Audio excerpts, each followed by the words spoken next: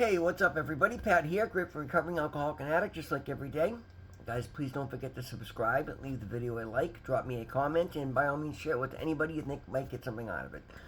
Guys, happy Friday. As you guys know, Friday is my home group, my AA meeting. I'm currently honored to be the chair of that meeting. I love that meeting. I love it whether I'm running it or anybody else is. From the day after I got out of rehab, I found this meeting on a Friday. And I think I've only missed 1 or 2 weeks when I first got home before I started going and made it my home group and consistently. And one thing I say every week is it's shocking how much wisdom I get from other people's shared experience. And the reason I bring this up, guys, is whatever whatever your situation. There are so many different support groups, so many different meetings, so many different ways to be a part of the solution to any situation today. Make yourself a part of it. We can all sit there and play victim and blame everything else outside of ourselves. Or we can just stop doing the nonsense and then start using your experience to help others and using other people's experience to help yourself. And I absolutely love. It's funny, like that's the fastest hour of the week. I literally blink and the meeting's over because I'm just riveted to what people have to say and people sharing their lives and their struggles and other people reaching out and offering help and advice, and it's absolutely amazing. With that being said, we were also just before our meeting started today. There was a whole lot of police activity at Harvard Square. Apparently, there was somebody shooting a gun and taking off on a bicycle. One of the guys at the meeting was actually chased by the helicopter or followed by the helicopter as he rode his bike to the meeting. And guys, come on, if you're out and about and you know anybody is, guys, just let that nonsense go. Guns in the hands of legally registered, safe people are beautiful things. I'm a big pro-gun guy. But as far as all these kids running around trying to be tough with guns and shooting them off, and then 9 times out of 10 you end up hurting some little kid and ruining your life and ruining another family's lives and possibly taking somebody's life. Let that shit go. Guys, we're going to talk about responsibility. Ironic, right? The reading today is titled Responsibility. Responsibility. We are not responsible for our disease, only for our recovery. As we begin to apply what we learn, our lives begin to change for the better. The further we go in recovery, the less we avoid responsibility for ourselves and our actions. By applying the principles of our recovery program, we are able to change our lives. Our existence takes on new meaning as we accept responsibility and the freedom of choice responsibility implies. We do not take recovery for granted. Excuse me. Never take recovery for granted, guys. It's a gift and appreciate it. We take responsibility for our recovery by working spiritual principles in our lives. We share openly with the newcomer what was so freely shared with us, the gift of recovery. The more we become consciously involved in our recovery and accept responsibility for our lives, the better our lives become, and we have more to share with somebody who is either new or still suffering. As we learn how to effectively practice spiritual principles in all areas of our lives, the quality of our lives improves. And the affirmation is just for today. Using the spiritual tools I've learned in recovery, I am willing and able to make responsible choices. And guys, that's a statement I love to be able to say and know it applies to my life today. My life improves because I make responsible choices. I look at other areas other than just using of drugs, guys. My entire personality has changed. And as my personality has changed, and all I've done was find out who I truly was, what truly mattered to me, and then started acting in accordance with those principles, with those morals. And it's funny, I love saying that. And it blows my mind constantly where I find myself being open and honest. And guys, like here I was running around trying to think I was, trying to act like I was a 1%, biker. And not that I was running with a gang or anything, but I'm saying, that's how I kind of portrayed myself in the lifestyle I try to tend to hang out and I find myself more and more aligned with law and order. Like, I love watching crime get taken down. I love watching cartels get blown out of the water. And it's coming from a former drug addict, right? There was one point in time I used to cringe when I heard of, there's a big bust in the air, drugs going to be scarce, it's going to be more expensive. Guys, now I love seeing that poison getting picked up and before it ever hits the streets, because I know that overdoses are less likely if the drugs aren't there.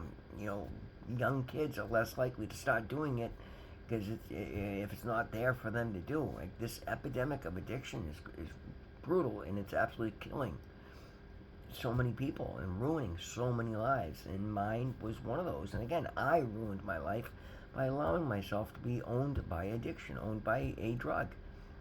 I'm not responsible for the fact that I had the disease of addiction, but knowing full well that there is a solution, there is a daily reprieve from this disease, and yet so many times I chose to just cave in and you know, take the instant gratification route, and you know, any little thing would knock me off my game, and I'd just allow myself to go back to using drugs, knowing full well that what my life turns into when I do. Like, I've hit so many rock bottoms and so many brutal rock bottoms that when I got back on top, you would think I would start doing the work necessary to make sure I don't go back to that.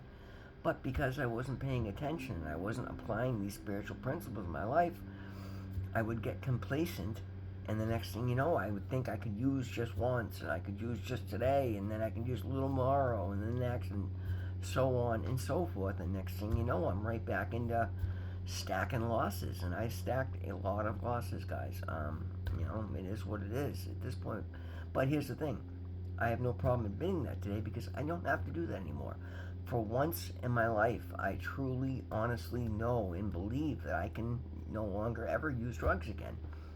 Now, we keep it in a 24-hour period. We keep it in the day, because so many people, particularly younger, you know, haven't had the totality of the experience that I have to know that you never ever. And when you tell somebody you can never do something again, that, you know, that kind of freaks them out, and they may have a reservation. So keep it in the day. Like, I know I can build my life today so long as I stay sober today, and I know I can get through that, you know, the 24-hour period, 8 hours that are left, blah blah blah, whatever. And so if that's what you need to do, that's why we, you know, suggest keeping it in the day. But back to the topic of responsibility, guys. I have a lot of responsibilities today, and just like so many other adults. And I'm able to do them properly. Like, I would have told you before I was, but I was never doing anything right. I was bullshitting it. I'm so proud to actually own my business today and be working for myself. That is a huge gift directly from my higher power. It's a straight gift from God, because it was a dream of mine that I would never have admitted. And I've made attempts, but here's the thing. When I tried to make attempts before, I had the opportunity to make some quick cash, and I couldn't. I was unemployable at that point, guys. I was a drug addict. I was still actively using. I didn't have a driver's license. I usually had warrants off my arrest. I couldn't have anybody running my name. I couldn't have paperwork, letting local police stations look me up and know where to find me, because they'd just come and get me. So I would go into business myself, which usually just entailed, and when I had the shop in Bellingham, I did register once with the city of Bellingham, and got a city business license. But I didn't have an EIN number. I wasn't registered with the state. I didn't have insurance. I wasn't paying taxes. I wasn't any of that. I was just bullshitting, guys. I was just trying to turn dollars so I could pay for drugs, and that's just the God's honest truth right there. As much as it hurts and sucks to say that, because I worked really hard to do that, but at the end of the day, that was never my intention, by the way. But that was all I was capable of doing. And because I've found recovery, because I've adopted a state of gratitude, I've found the willingness, I've turned my will over to my higher power, and then I've paid attention to every little thing and realized that all the little things that I never did before were the difference that make others successful. That was the difference between me and everybody else out there that was doing fine and wasn't dealing with the crap that I was dealing with. They were following the rules. They were doing the things they're supposed to do. They were, making good decisions where I was making bad decisions. I had so many good opportunities that I blew, and again, doesn't matter, because you know what? For once in my life, I've taken the mistakes in my past and I've turned them into lessons that I don't have to repeat again. But if I didn't take the time to be introspective and be honest and look and honestly share those mistakes, I wouldn't have found the solutions, right? If you only know how to do it one way and you know that's wrong, and you're not willing to look at any other way and listen to somebody else, what do you think is going to happen? Even if even if you want to do a different way, if you don't learn a different way to do it, you can't do it any other way. You're going to do what you know, so you need to know more. That's all, and that's what I've done. I've adopted a state of ability to learn. I've given myself the ability to pay attention, the ability to listen, and then take action in a new direction. Now, stepping out of my comfort zone, right? It used to be the scariest thing in the world. I felt insecure. I felt unconfident. Stepping out of my comfort zone has delivered every good thing I have in my life today. My comfort zone was rock bottom because that's where I lived. That's where I swam. I swam at the bottom of the pool. And I usually did that because I would basically occupy space that nobody else wanted, so I couldn't get challenged to be moved out of my space. If you understand the metaphor I'm going with there. Guys, none of that is applicable today. I'm responsible today. I'm sought after today. I got another phone call today. Somebody who was referred to me that I did work for called me up and asked, and they were explaining the work that I did and talking with their landlord who owns a bunch of properties. And now this guy's reached out and wants me to come meet with him next week and take on work on his properties because I'm responsible today. I show up when I say I'm going to show up, and if something happens that I can't, I just simply make a phone call and explain that. But when I get there, I make sure that I look at what I'm doing, I diagnose things properly, I give them a proper explanation. I don't add things to it to make it sound more complicated, because guys, the beauty of being busy, and this is the reason you do these things, guys, you get as good as you can, because I'm so busy right now, I don't have time to sit there and do unnecessary work, because I've got more than enough work to keep me busy for all the hours I'm willing to work. So I try to find the sharpest, fastest solution to do things properly. And that's the other thing, guys. My business relies on repeat customers. I'm not, out here trying to get a 50,000 customer Rolodex here. You know what I mean? I have a couple of dozen customers that call me repeatedly because they own apartments and they're constantly down. Things wear out, things break down, things get replaced. But if I'm not doing top quality work, then they're not going to call me back, because I've got to stand there and go back to these same properties and stand by the work that I did previously that's being inspected, being looked at by others. So I make sure that I'm doing top quality work after I properly diagnose it, and then I take responsibility for it. But I ask constantly, is there a warranty on your work? Well, yeah, whatever the manufacturer has for a warranty on the part that I install, I will honor in my labor. My work is lifetime guaranteed. Now, that's not to say if there's, a water heater wears out 10 years from now. No, I'm not going to put the new one in for free. But if 2 years down the road a fitting that I soldered pops a leak because I didn't solder it properly, yeah, of course I'm gonna honor that. You know what I mean? So I do. I honor myself because I'm responsible. I'm careful what I say in my videos. I make sure I research the information I put out here online, because again, I don't want to put out a fact that's not true, that's going to hurt somebody else watching this video looking for recovery. So I take responsibility for my actions. Yeah, I'm responsible for sharing my life with anybody that, not that there's so many people viewing, but some of my videos, as a matter of fact, I got a few videos in the last few weeks that have over 2,000, 3 videos in the last month have over 2,500 views each, and that's amazing to me, right? And I love that. The fact that I'm trying to be part of the solution, that I'm trying to be responsible. That's the other thing, guys. I'm a responsible member of my community. I show up for volunteer work. I go on speaking commitments. I'm chairing my home group at AA, and that's an honor to me. And I get compliments. People from the regular say, "Listen, it's a good fit. You got a good voice that carries. You do a good job with it." I try to have some humor. I keep the meeting under control, but I do so in a respectful way, and I make sure that I'm kind and open and welcoming to any newcomers.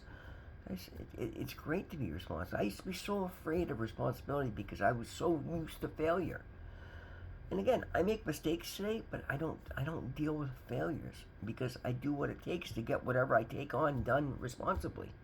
It's a beautiful thing, guys, and because of that, because I apply these things, my life is expanding. I think I've probably said that more than I've said anything else, because one shocking truth of my life is how much my world has expanded in a short period of time. Another few months we'll be at this for a recovery game for a year. Another 6 months I'll have had my business for a year. I'm still in the early stages of all these things, and the the way things are going and the way things have worked out is literally nothing short of miraculous. It's not because I'm a miracle worker. I'm merely the conduit through which my higher power, God, is creating a miracle. And that's an honor to me. There's no higher honor I could possibly walk in this world today than to be a chosen miracle recipient of my higher power, right? There's a lot of miracles that have manifested in my life today. My health, my strength, my business, the fact that I'm taking courses at Harvard, the fact that I'm asked to chair a meeting and I'm asked to go on speaking commitments and I'm asked to help others. Guys, one thing nobody ever wanted to do in my prior life was to follow my lead. Nobody was pulling me in and asking me to come guide their kids so they could end up in my shoes. If anything, they might ask me to come in and speak to their kids as a warning of what will happen if you don't pay attention, you don't do a good job, and you don't stay in school, and you don't do good things. I'm no longer that example. I'm the example of resiliency. I'm an example of recovery today, guys. I'm an example of hard work and doing the work and what, I mean, an example of what is possible after addiction. And I love that today. I'm honored to be who I am today. Guys, I love to be responsible today because it makes me feel good about who I am. And at the end of the day, I love that other people see the good in my life today. It makes me feel good. I'm vain. I'm human. I mean, I'm not going to sit there and say that I'm not. I love when people compliment me and ask me what I've done and because they're impressed by what's going on in my life, of course. But at the end of the day, I like who I am. And that's something I could never say before, guys. I never looked in the mirror and was proud of myself. I was always, just upset. I was always stressed. I was always just, ashamed, basically, really. I'm not ashamed today. I'm not even ashamed of my history today because it's something I've overcome. I've done what so few have managed to do, survived addiction, put it behind me, and now built a life after addiction. I'm honored for that today. Guys, being responsible is a beautiful thing because it brings every good gift. Everything we could possibly want in our life is a direct result of being responsible for something. You want a brand new car, well, you go get responsible and get a job and save your money, and then you can go buy that car and you can be proud to have it. Excuse me. Guys, responsibility is a beautiful thing. It's one of my favorite things today. And again, I'm not taking on, and that's the other thing, guys, for it. I used all my energy being responsible for other people's stuff in the past. For once in my life, I have enough self-respect that I don't take on responsible for things that I'm not responsible for. I don't take the blame for other people's failures. I take responsibility for my own failures, and then I make amends and I try to do better. And I love who I am because of that. But I'm not letting other people pile their failures on my back and blaming me for it. Not if I'm not directly responsible for it. Guys, that's the video for today. Happy Friday. Anybody from the home group? So glad everybody's safe. Everybody had a great meeting. Miss you all. Love you all. Guys, always remember, first of all, thank you so much for being here. Always remember, God loves you. I love you. We'll see you in the next one.